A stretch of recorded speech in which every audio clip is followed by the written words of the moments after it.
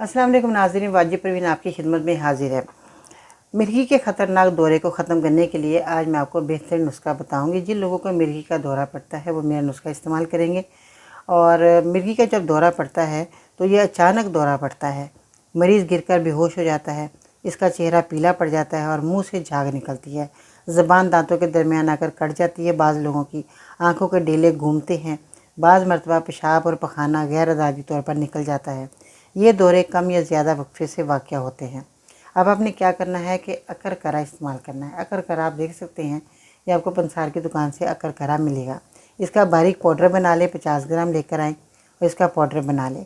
1 ग्राम आपने लेना है इसका पाउडर और 6 ग्राम आपने खालिश शहद लेकर इसके अंदर आपने अकर करे को मिलाना है। मिलाने के बाद रोज़ाना सुबह चटाएँ।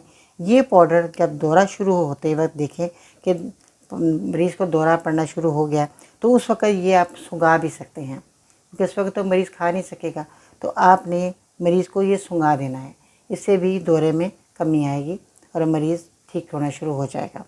अगर आपको अकर करा खालिस मिल जाता है तो बहुत अच्छी बात है, वरना आपको अकर करा लाजमी खालिस लेना है।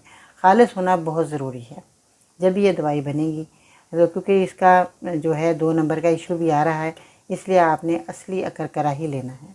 ठीक है, अब आप इस नुस्खे को बनाएं, इस्तेमाल करें। वीडियो के नीचे कमेंट करें कि आपको मेरा नुस्खा कैसा लगा। आज के लिए इतना ही। मेरे चैनल को सब्सक्राइब करें, वीडियो को लाइक करें, बेल पर आइकन को ज़रूर प्रेस कीजिएगा ताकि हर आने वाली वीडियो आप लोगों को सबसे पहले देखने को मिले। आज के सुनहरे अल्फाज। लोगों को इल्ज़ाम नहीं देना चाहिए कि उन्होंने हमें किस कदर मायूस किया, बल्कि अपने आप को इल्ज़ाम देना चाहिए कि हमने लोगों से किस कदर ज़्यादा तवक्का वाबस्ता कर ली। इन अल्फाजों के साथ वाजिब को इजाज़त दीजिएगा। अल्लाह ने के बाद।